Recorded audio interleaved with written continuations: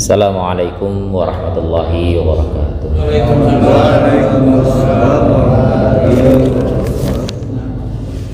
Alhamdulillah rabbil alamin. Wassalatu wassalamu ala asyrafil anbiya wal mursalin wa ala alihi wa ashabihi wa azwajihi wa dzurriyyatihi wa ahli baiti ajmain.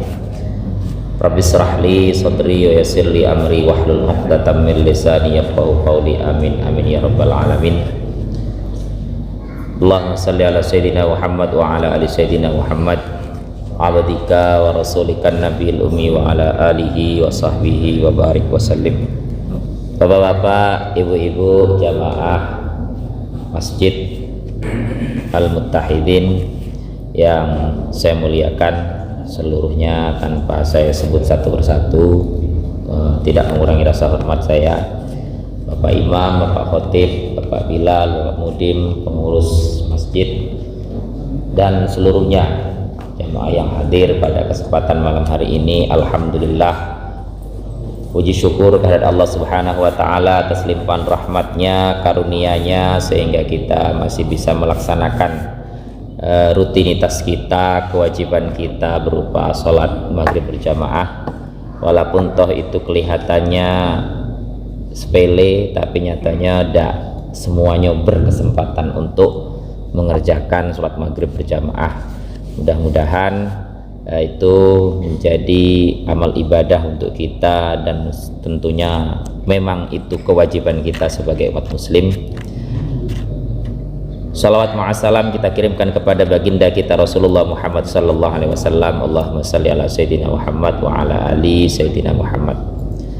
Bapak Ibu sekalian yang saya hormati, sebagaimana maklum bahwasanya saat ini kita berada di bulan kelahiran Rasulullah sallallahu alaihi wasallam, maka ada baiknya kita mengaji tentang yang berkenaan dengan Nabi Yuna Muhammad sallallahu alaihi wasallam.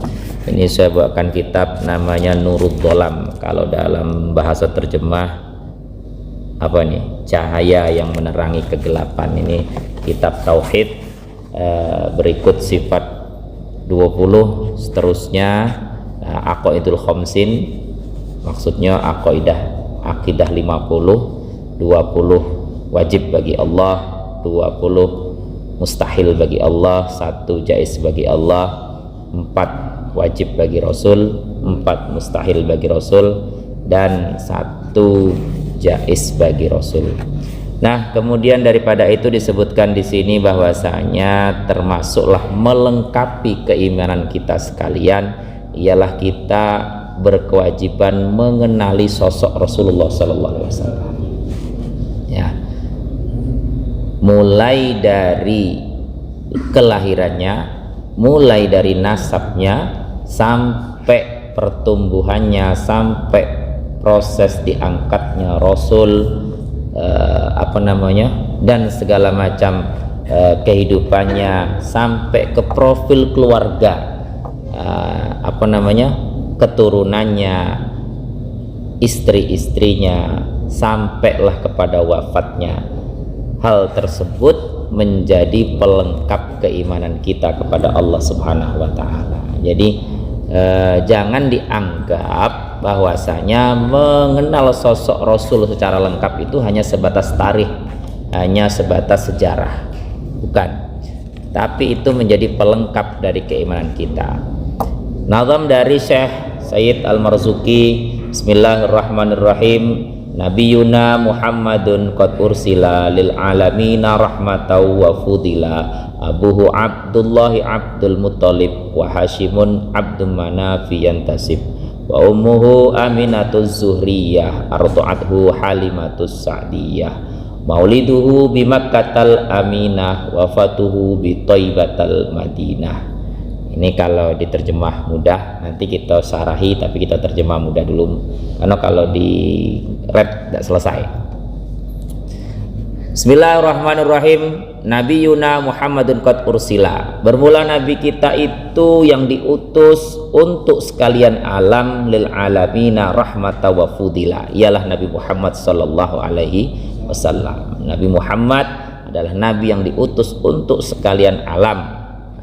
nanti alam itu apa dan seterusnya, insya Allah ada sarahannya. Abuhu Abdullah Abdul Muttalib wa Hashimun Abdul Manaf yantasib. Sebagaimana kita kenal bahwasanya ayahnya adalah Abdullah, kemudian bin Abdul Muttalib dari Bani Hashim, Abdul Manaf dan seterusnya. Wa ummuhu Aminatuz Zuhriyah arda'athu Halimatus Sa'diyah. Bermula ibunya Rasulullah ialah Aminah Az-Zuhriyah, berikut nasab-nasabnya. Adapun yang menyusui Rasulullah ialah Halimatus Sa'diyah. Namun nanti ada sarahannya. Ternyata dalam tarikh yang tercatat itu bukan hanya Halimah, ada apa namanya itu? Ada apa namanya ya? Ada orang-orang yang menjelang bertemu Halimah itu ada. Mauliduhu bi Makkatal Aminah, wafatuhu bi Thaibatal Madinah. Bermula Nabi Muhammad itu lahirnya di kota Makkah, Makkatul Aminah ya. Wafatuhu bi Thaibatal Madinah, dan wafatnya Nabi itu ialah di kota Madinah. Ini menjadi penegas untuk kita, kalau ada Nabi yang ngaku lahir bukan dari Makkah dan wafatnya tidak di Madinah, tentu itu bukan Nabi, walaupun toh namanya Muhammad. Nah itu ya, itu menjadi pengunci keimanan nanti. Atamma qabyal wahyi arba'ina wa umruhu qad zawaza sittina. Allah menyempurnakan usia Nabi 40 tahun sehingga ia mendapatkan wahyu. Atamma qablal wahyi arba'ina, sehingga dia diberi wahyu ketika usianya 40. Itulah kenapa 40 itu menjadi simbol kematangan seseorang dan seterusnya dan seterusnya. Apa namanya ya, sampai ada peribahasa itu standar patokan itu ya 40. Kalau 40 itu sudah ada ciri-ciri nak kayo, insya Allah ya kayo. Tapi kalau 40-nya sudah begini-begini ya dinikmati saja. Ya artinya adalah ya sudah saya sampaikan di pertemuan yang lalu ya, kayak miskin itu kan pandangan kita saja ya. Artinya adalah yang kaya tidak tentu lebih baik daripada yang miskin, yang miskin pun belum tentu lebih buruk daripada yang kaya. Tinggal bagaimana kita mensikapi berdasarkan keimanan kita. Tidak ada jaminan yang kaya itu bahagia, tidak mesti juga. Boleh ditanya dengan yang kaya-kaya. Nanti panjang lebar nanti. Wa umruhu qad jawaza sittina. Adapun usia Nabi itu ya sekitaran 60 tahun. Kita tahu dalam sejarah 63. Wa sab'atun auladuhu faminhumu salasatum minadz-dzukuri tubhamu. Adalah putra atau keturunan Nabi itu yang tercatat ialah 7. Ya, faminhumu salasatum minadz-dzukuri tubhamu. Adapun yang apa namanya, faminhum salah satu minadzukur, adapun yang 3 itu ialah laki-laki. Siapa namanya? Qasim wa Abdullahi wa huwa thayyibu wa tahirum bidainida yulaqabu. Atahu Ibrahimu min sariyah fa ummuhu Mariyatul Qibtiyah. Adapun nama-nama putra Rasulullah, 1 Qasim, 2 Abdullah wa huwa thayyib wa tahir. Nama lain dari Abdullah adalah At-Thayyib, At-Tahir, bidainida yulaqabu. Thayyib dan Tahir itu hanya lakop saja. Apa lakop itu? Gitu. Gelar ya, gelar, julukan. Atahu Ibrahimu min sariyah fa ummuhu Mariyatul Qibtiyah. Punya 1 lagi putra Rasulullah, ialah namanya Ibrahim. Ibrahim adalah lahir dari sariyahnya Nabi. Sariyah itu hamba sahayanya Nabi. Siapa namanya? Mariyatul Qibtiyah. Jadi punya apa ya, mohon maaf kalau bahasa kasarnya selir. Nah, itu punya hamba sahaya namanya Mariyatul Qibtiyah melahirkan Ibrahim. Tapi dalam sejarah putra-putra Rasulullah tidak ada yang usianya panjang. Tidak, bahkan tidak sampai akil balik. Kenapa? Kalaulah putra Nabi laki-laki sampai balik, tentu dia akan menjadi Nabi lagi. Sementara Rasulullah sudah disebut Khatamul Anbiya wal Mursalin, sudah menjadi penghujung penutup dari para Nabi. Maka putra Nabi, putra ya bukan putri ya, putra Nabi tidak ada yang sampai akhir balik usianya. Itu kita bisa dicek dalam sejarah. Bismillahirrahmanirrahim. Wa ghairu mana tadi? Wa ghairu Ibrahim min Khadijah hum sittatut fahum bihim walijah. Selain Ibrahim, semua putra putri Rasulullah lahir dari Khadijah. Berarti hum sittatun fahud bihim walijah. 6. Tadi kan putra anak Nabi tadi ada 7 dah. Nah, 3 putra, 4 putri. Nah, Ibrahim lahir dari Sariyah namanya Mariatul Kiptiyah. 6-nya lahir dari Khadijah. Artinya dari istri-istri Nabi selain Khadijah dan Maria tidak ada apa bahasanya, tidak memiliki keturunan. Nah itu wa arba'um minal inasi tudkaru ridwanu rabbil jami'i yudkaru. Adapun 4 putri-putri Nabi yang dimaksud yang tentu diridhoi oleh Allah Subhanahu wa taala ialah Fatimatu Zahra ba'luha Ali wa ibnahuma Sibtanu fadluhum jali wa Zainabun wa ba'daha Ruqayyah wa Ummu Kulsumin zakat radiyah. 1 putri Nabi yang kita kenal ialah Fatimatu Zahra ba'luha Ali, suaminya ialah Ali, wa ibnahuma Sibtani, punya 2 putra yang kita kenal keagungannya. Siapa itu? Hasan wal Husain. Nah, nyambung dah. Wa Zainabun wa ba'daha Ruqayyah. Kemudian putri Nabi lainnya adalah Zainab, sesudah itu Ruqayyah. Wa Ummu Kulsumin zakat radiyah. Kemudian Ummu Kulsum yang memiliki hati yang bersih. Terus lanjut. Ada jam 7. Antis ini suatin wafatul Mustafa khuyirna fahtarnan nabiyal muktafa. Kemudian sepeninggal Rasulullah, antis ini suatin wafatul Mustafa, masih meninggalkan 9 istri. Jadi kalau di total berapa?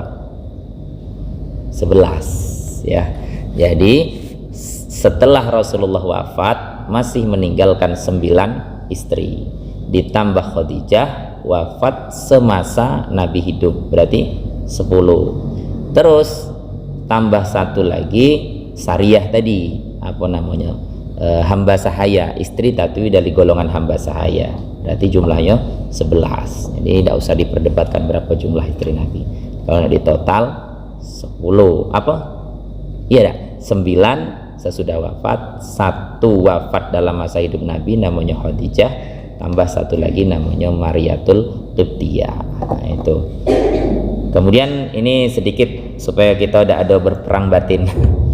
Begini, Al-Quran membatasi bahwasanya bagi laki-laki itu hanya boleh memiliki 4 istri, betul lah? Betul. Nah, kenapa Rasulullah kok istrinya lebih dari 4? Berarti Rasulullah melanggar Al-Quran. Kalau ada yang berani nyebut macam itu, berdosa kita ya. Nah, dalam kaji usul fikih ini balik lagi, maka kita ya dikit-dikit harus tahu usul fikih. Ada namanya ibadah khususiyah. Apa itu ibadah khususiyah? Ialah perintah Allah Subhanahu wa taala yang apa namanya? Yang dikhususkan kepada nabinya. Artinya nabi itu diperintah oleh Allah dan itu tidak untuk diteruskan kepada umatnya. Artinya dialah yang mengamalkan. Kewajiban itu hanya berlaku untuk dialah. Nah, salah satu ibadah khususiyahnya ialah apa namanya? Memperistri lebih dari 4 tadi. Itu ibadah khususiyah. Itu tidak boleh berdalih seperti yang di Madura dan lain sebagainya kita tengok kan. Nah, itu tidak boleh berdalih.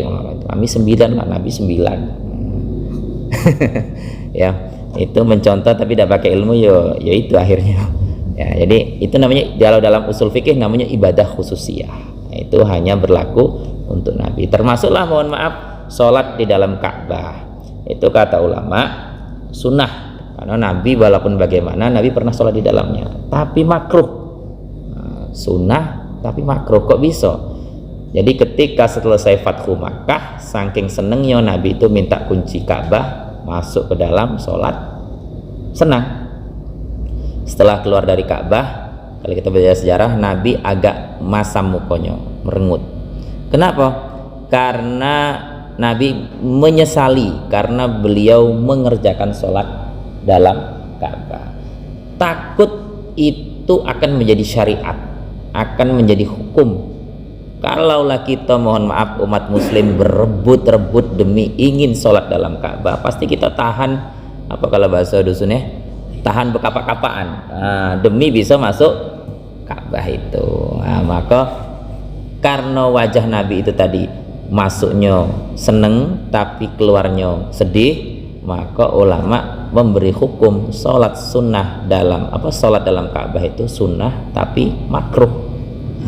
Itu maka hal-hal usul itu harus kita sedikit-sedikit kita kenal supaya kita tidak kaku dalam berpikir. Kita lanjutkan masih tadi khuyirna fahtarnan nabiyyal muktafa. Ya, tentu wanita-wanita itu sudah wanita pilihan muktafa. Aisyatun wa Hafsatun wa Saudah, Sofiyatun Maimunatun wa Ramlah, Hindun wa Zainabun kadza Juwairiyah, lil mu'minina ummahatum mardiyah. Hamzatu batas itu. Siapakah istri-istri Nabi, nama-nama istri Nabi? Satu Aisyah, setelah yang dua tadi ya, setelah siapa? Mariyatul Qibtiyah dan Khadijah.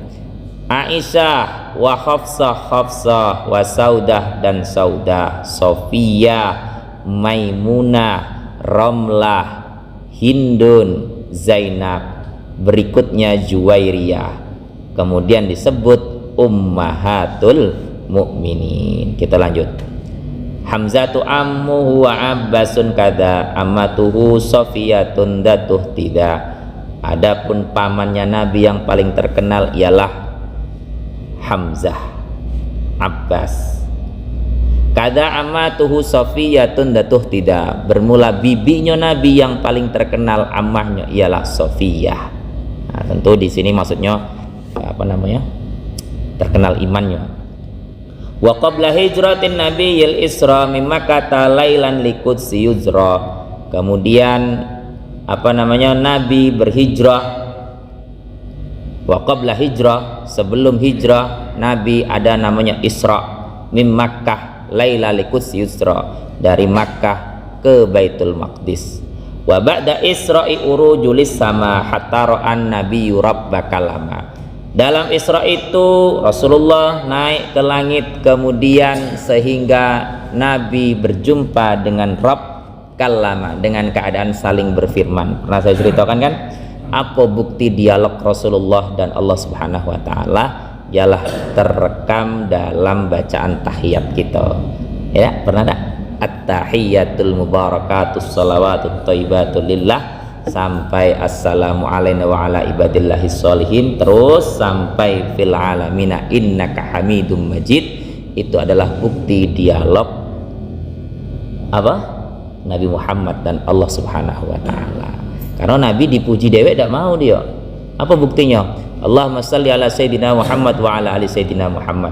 Itu firman Allah, kata Allah. Dibalas oleh Nabi. Kama shallaita ala sayyidina Ibrahim wa ala ali sayyidina Ibrahim. Begitu juga kesejahteraan, salawat kasih sayang untuk Nabi Ibrahim dan keluarga Nabi Ibrahim. Terus barik ala sayyidina Muhammad. Nabi tidak mau juga semua yang elok itu untuk dia dewek. Kama barak ta'ala sayyidina Ibrahim, sebagaimana keberkahan untuk Nabi Ibrahim dan keluarganya. Nah itu, wah panjang kalau diceritain. Ini nih Isra Maulid langsung Isra Mi'raj. Bismillahirrahmanirrahim. Kita lanjut. Min ghairi kaifin wan hisarin waftarat alaihi khamsan ba'da khamsina harat. Jangan kamu tanya bagaimana proses Isra Mi'raj itu, tentu tidak akan sampai akal kamu. Maka di sini disebutkan min ghairi kaifin, dengan cara yang tidak bisa kita bayangkan. Wan hisar, yang intinya adalah waftarat alaihi khamsan ba'da khamsina farat. Allah mewajibkan kepada Nabi Muhammad beserta umatnya tentunya 5 ibadah sehari semalam, yang sebelumnya jumlahnya ada 50. Nah, itu prosesnya sering kita dengar di ceramah-ceramah Isra Mi'raj, dari 50 menjadi 5. Tapi saya tidak tahu penceramah itu dapatnya dari mana. Tapi kalau yang saya tahu itu ada di tafsir Jalalain, tafsir surah Al-Isra. Itu ada, itu memang proses dari 50 menjadi 5. Nah, turunnya itu ada dalam tafsir Jalalain. Wa balaghal ummata bil isra'i wa fardhi khamsin bilam tirai. Nah, setelah itu, setelah sampai dari Isra Mi'raj, tentu kita diwajibkan mengerjakan sholat 5 waktu, tapi pahalanya tetap bernilai 50. Qad faza siddiqin bitasdiqin lahu wa bil uruji sidqu wa fa'ahlahu. Ini menjadi keberuntungan orang-orang mesiddiq, orang-orang yang membenarkan pada peristiwa Mi'raj itu, orang-orang yang meyakini kebenaran peristiwa Mi'raj itu. Wa hadhihi aqidatum mukhtasarah walil awami sahlatum muyassarah. Ini adalah akidah-akidah yang ringkas bagi kita yang awam ini, yang sangat mudah untuk difahami. Jadi panjang dah. Yang nak saya sampaikan tadi intinya adalah ketika kita mengenal sosok Rasulullah SAW, itu adalah merupakan pelengkap dari keimanan kita. Nah, ya. Jadi ketika kita belajar tarikh, membaca sejarah Nabi, jangan diniatkan cuman sekedar pengen ngerti sejarah, tapi itu menjadi pelengkap, penyempurna dari iman kita. Bismillahirrahmanirrahim. Ini sarahannya, nggak selesai ini walaupun 2 malam.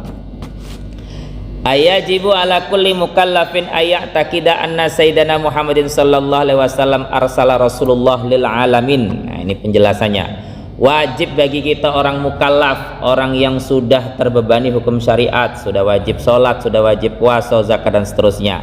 Ayyatakida anna sayyidana Muhammadin sallallahu alaihi wasallam, untuk meyakini bahwasanya Nabi kita Nabi Muhammad sallallahu alaihi wasallam itu betul diutus oleh Allah Subhanahu wa taala untuk sekalian alam. Nah, sekalian alam ini timbullah pertanyaan. Sekalian alam itu apa? Ai ila jami'il mukallaf minas tsaqalain, yakni 2 makhluk berat. Siapa itu? Al ins wal jin, yaitu manusia dan jin.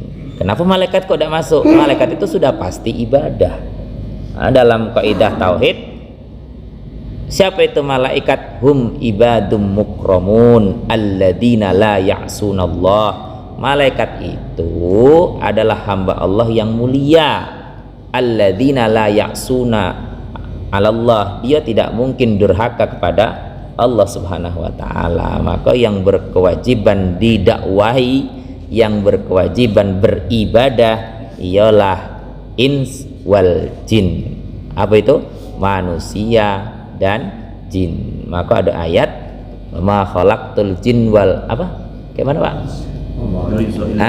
Iya, tidaklah aku ciptakan manusia dan jin. Apa itu balik? Jin dan manusia.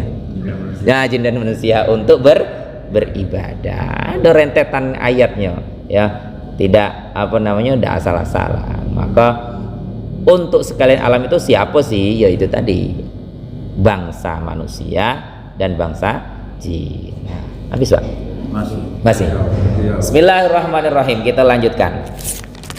Ini termasuk menjadi tambahan pemahaman lah, walaupun ini tidak dalam rangka dalam rangka Maulid Nabi, tapi kita menghormati kelahiran Rasulullah SAW. Arsala anbiya dzawil fatanah bisidqi wat tablighi wal amanah, supaya kita tidak salah paham. Allah mengutus para nabi, ini sifatnya umum, bukan cuma Nabi Muhammad.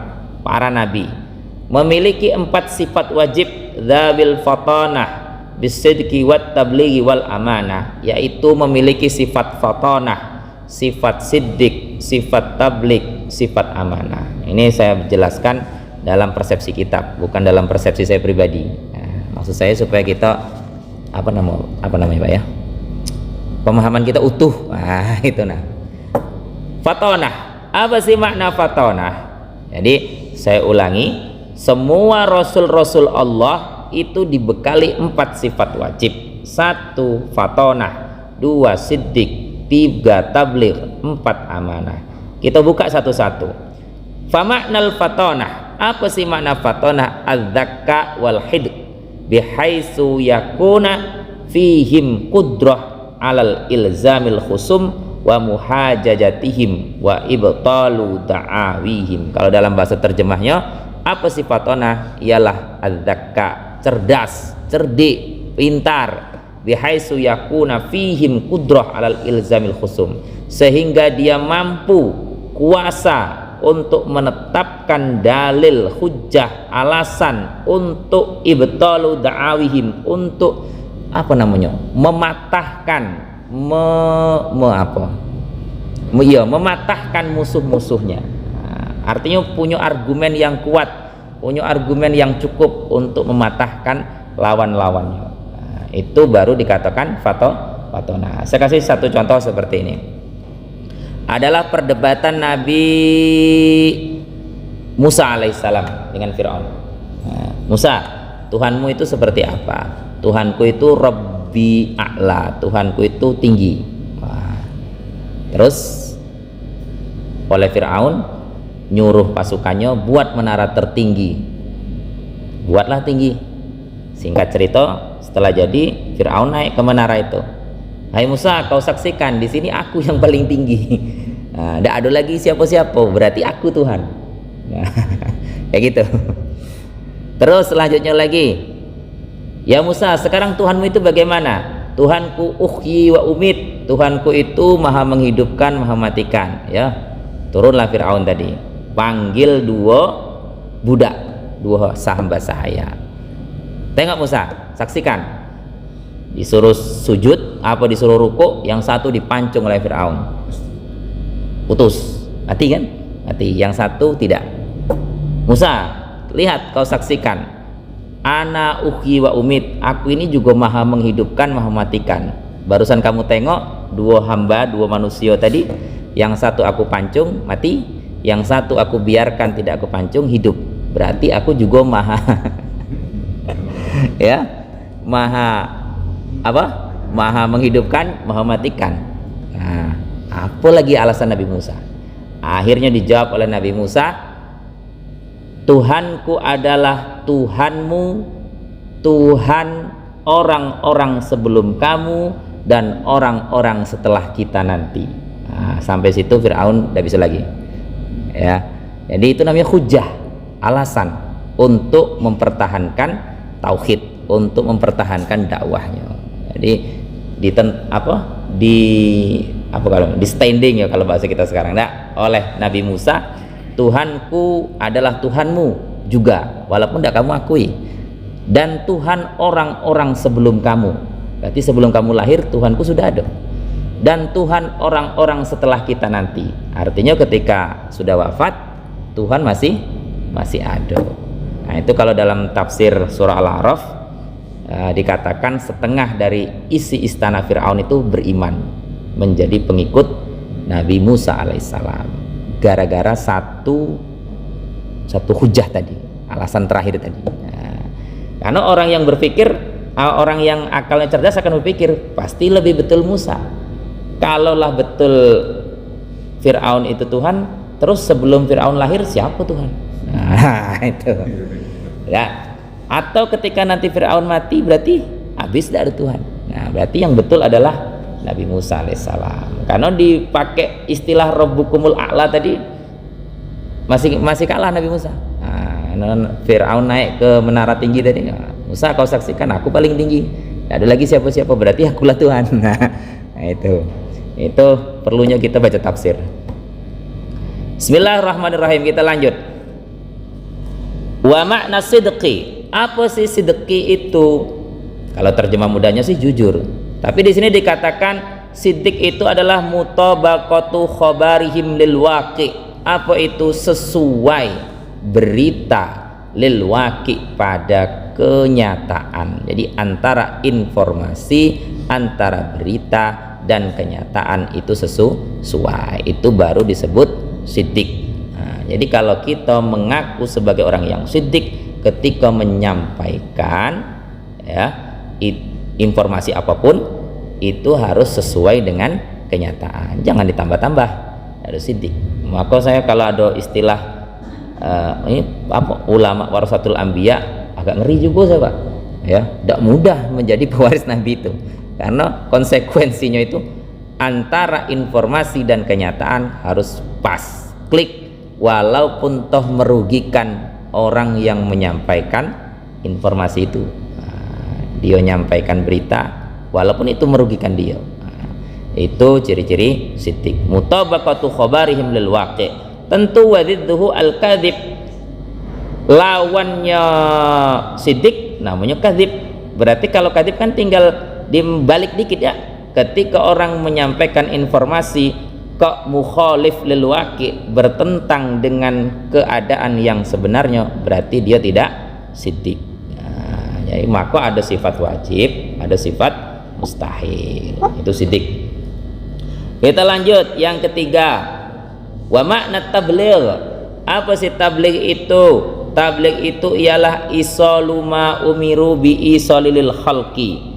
Ialah tabligh itu menyampaikan apa-apa yang diperintahkan oleh Allah bi isalil khalqi, untuk diteruskan kepada makhluk, kepada jamaah, kepada umat. Jadi pengertian makna tabligh ialah menyampaikan apa-apa yang diperintahkan kepada para rasul itu untuk disampaikan kepada khalqi, kepada makhluk, kepada umat. Tidak boleh ada yang ditutup-tutupi. Maka Nabi sering menyebutkan dalam hadis lain, man katamal ilma mal'unun. Siapa yang merahasiakan ilmu, siapa yang menutupi ilmu, mal'unun, maka akan dilaknat. Siapa yang melaknat? Apa-apa yang ada di bumi dan apa-apa yang ada di langit. Hattal khut fil bahr, sampai ikan-ikan di dalam laut sekalipun. Nah, ini tidak boleh ilmu itu ditutup-tutupi, walaupun merugikan pendakwah itu sendiri. Nah, saya kasih contoh hal yang merugikan pendakwah ya. Ini buka kartu. Begini maksudnya, kan kita sering tidak dengar balighuni walau ayat ya. Nah, sampaikan gimana oleh kalian dariku walau hanya satu ayat. Itu sering kita dengar, hafal. Jangankan penceramahnya, jamaahnya hafal. Tapi tidak banyak yang berani menyampaikan kabura maqtan indallahi lima taqulu ma la taf'alun. Dalam Al-Quran ada ayatnya. Nanti kalau saya salah boleh dikoreksi. Terjemahnya seperti ini: celaka besar orang yang hanya berani mengatakan tetapi dia tidak mengerjakan. Itu kan konsekuensi namanya. Walaupun satu ayat kita sampaikan, oke, itu bagus. Tapi juga ingat, kalau kamu cuma bisa menyampaikan tapi tidak bisa mengerjakan, kabura maqtan indallahi, celaka besar di sisi Allah Subhanahu wa ta'ala. Maka kadang-kadang saya kalau nak ngaji ya saya pilih yang ringan-ringan. Ringan dalam makna saya bisa mengerjakan juga gitu loh ya. Yang berat-berat ya rasanya ya berat juga. Nah itu. Tapi kalau sekedar bertanya insya Allah saya jawab. Tapi kalau untuk memotivasi hal yang berat-berat ya saya mikir juga Pak, karena imbasnya ke saya juga. Nah, bahkan dalam kitab Tauhid Ad-Dasuki, ini kebetulan saya ngajar tauhid juga. Dalam Ad-Dasuki itu dijelaskan untuk para rasul ini, untuk para rasul. Kalau hanya baru sekedar mengatakan, belum mencontohkan, belum belum diperbuat, itu belum sempurna tablighnya. Nah, belum sempurna tablighnya. Kalau cuma ngomong tapi dia tidak mengerjakan, nah, belum sempurna. Maka saya agak berat Pak, bukan agak berat, saya kadang sering nolak juga kalau disuruh kayak walimatus safar gaji, karena saya kan belum. Itu ya, nak cerita apa? Itu ya paling cerita keutamaannya itu. Nah sampai apa tadi Pak? Oh iya, untuk para rasul kalau baru hanya mengatakan tapi belum berbuat, belum diperbuat, itu istilah tablighnya belum sempurna, baru setengah, belum disampaikan seutuhnya. Itu keterangan dalam kitab Ad-Dasuki. Maka jangan gampang-gampang nak menjadi al ulama warasatul anbiya, dikit-dikit nak ngaku pewaris nabi. Wah, tidak mudah ya kan. Ngaku silakanlah, tapi konsekuensinya berat ya. Kalau niru semampunya saya setuju, nah, tapi kalau mengaku-ngaku sebagai pewaris nabi kaget dulu lah ya. Wa maknal amanah, terakhir wa maknal amanah. Adapun makna amanah, apa sih amanah itu? Ismatuhum dhahiran wa batinan an muharramin au makruhin. Makna amanah ialah terjaganya para rasul dhahiran wa batinan, secara dhahir dan secara batin, mim muharramin au makruhin, dari perkara haram, lebih-lebih dari perkara dari perkara haram ataupun dari perkara makruh. Saya ulangi, amanah itu apa sih? Amanah itu maksum. Kita sering kan dengan istilah maksum. Maksum itu kalau bahasa Indonesianya terjaga. Nabi itu amanah. Amanah lawannya khianat, bukan amanat pimpinan dan sebagainya, bukan itu. Amanah itu maknanya ialah menjaga dirinya. Rasul, kalau para rasul dijaga oleh Allah dirinya, baik dohir ataupun batin, dari perkara haram ataupun perkara makruh. Makruh dijaga, apalagi yang haram. Itu kalau para nabi. Nah, kita bagaimana? Kalau nak betul ingin mencontoh nabi, tentu kita harus menjaga semampu-mampu kita, menjaga diri kita dari hal-hal makruh, lebih-lebih dari hal haram. Berarti kita sudah memaksum diri kita, menjaga diri kita. Nah, itu maksudnya. Jadi kita bisa mendapat derajat apa tadi? Amanah itu, mendapat derajat maksum itu bisa. Kita jaga saja diri kita dari hal yang makruh, lebih-lebih yang haram. Semakin kita memaksumkan diri, menjaga diri, insya Allah dijaga oleh Allah Subhanahu wa ta'ala. Kenapa orang-orang hebat, orang-orang mulia itu kok nampaknya beruntung, ya Pak? Jalan ke ulu dapat duren, dapat yang kelir dapat nangkong, istilahnya kan. Kesalahan ke sana kok beruntung, ke sini kok beruntung, karena orang-orang itu menjaga dirinya dari hal-hal yang haram, dari menjaga hal-hal yang subhat, maka otomatis dia diberi anugerah oleh Allah Subhanahu wa ta'ala. Semakin kita ngawur hidup kita, mohon maaf ya agak kasar, semakin kita tidak menjaga diri dari hal yang makruh, tidak menjaga diri dari yang haram, yang makruh diembat, yang haram diembat, yo kayak mana? Yo tentu kita menjerumuskan diri kita ke dalam sifat khianat. Berarti makna amanah itu ialah menjaga diri, baik dohir ataupun batin, dari hal makruh, lebih-lebih hal haram. Maka lawannya namanya khianat. Artinya khianat dari apa yang dilarang oleh Allah, baik itu perkara makruh, lebih-lebih perkara haram. Kenapa ini saya sampaikan? Supaya pemahaman kita utuh. Saya ulangi dari awal, dari pangkal tadi, fatonah. Apa itu fatonah? Fatonah itu cerdas, bisa mempertahankan hujah untuk menentang musuh-musuh Islam. Nah, itulah bahasa mudahnya.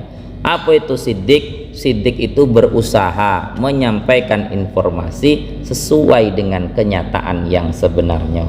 Apa sih tablik? Tablik menyampaikan apa yang diperintah oleh Allah kepada makhluk, kepada umat, kepada jamaah, walaupun toh merugikan dari orang yang menyampaikan itu sendiri.